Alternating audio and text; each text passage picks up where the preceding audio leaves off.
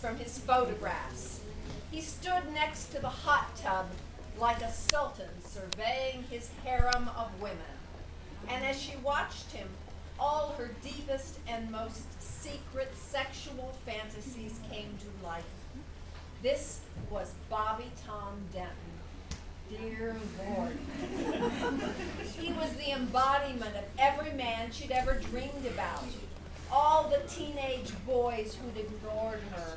All the young men who never remembered her name.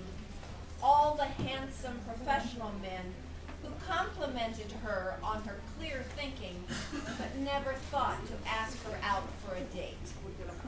He was a glittering, superhuman creature who must have been put on earth by a perverse god to remind homely women like herself that some things were unattainable. She knew from the photographs she'd seen that his Stetson hat concealed a head of thick blonde hair, while the brim shadowed a pair of midnight blue eyes. Unlike her own cheeks, his cheekbones could have been chiseled by a Renaissance sculptor. He had a strong, straight nose, a determined jaw, and a mouth that should have come with a warning label. He was utterly and supremely masculine, and as she gazed at him, she felt the same longing she experienced on warm summer evenings when she lay in the grass and stared at the stars. He shone as brightly, and he was just as unreachable. He wore a black Stetson hat accompanied by snakeskin cowboy boots and a velour bathrobe patterned in red and green lightning bolts. He held an amber beer bottle in one hand, and smoke curled from the cigar in the corner of his mouth. The skin beneath the top of his cowboy boots and the bottom of his robe was bare, revealing powerfully muscled thighs, calves, and her mouth went dry as she wondered if he was naked underneath that robe. Hey, I told you to wait by the door for me.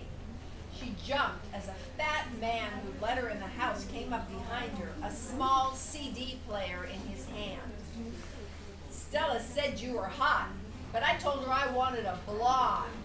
He regarded her doubtfully. Bobby Tom likes blondes. Are you blonde under that wig?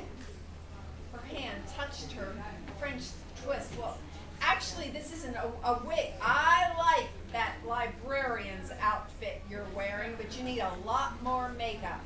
Bobby Tom likes his women with makeup. And breasts, she thought, as her eyes wandered back toward the platform. Bobby Tom also liked his women with very large breasts. She returned her gaze to the CD player, trying to grasp the specifics of the misunderstanding between them.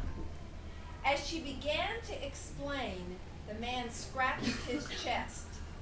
Did Stella tell you we want a little something special on account of how depressed Bobby Tom's been lately because of his retirement?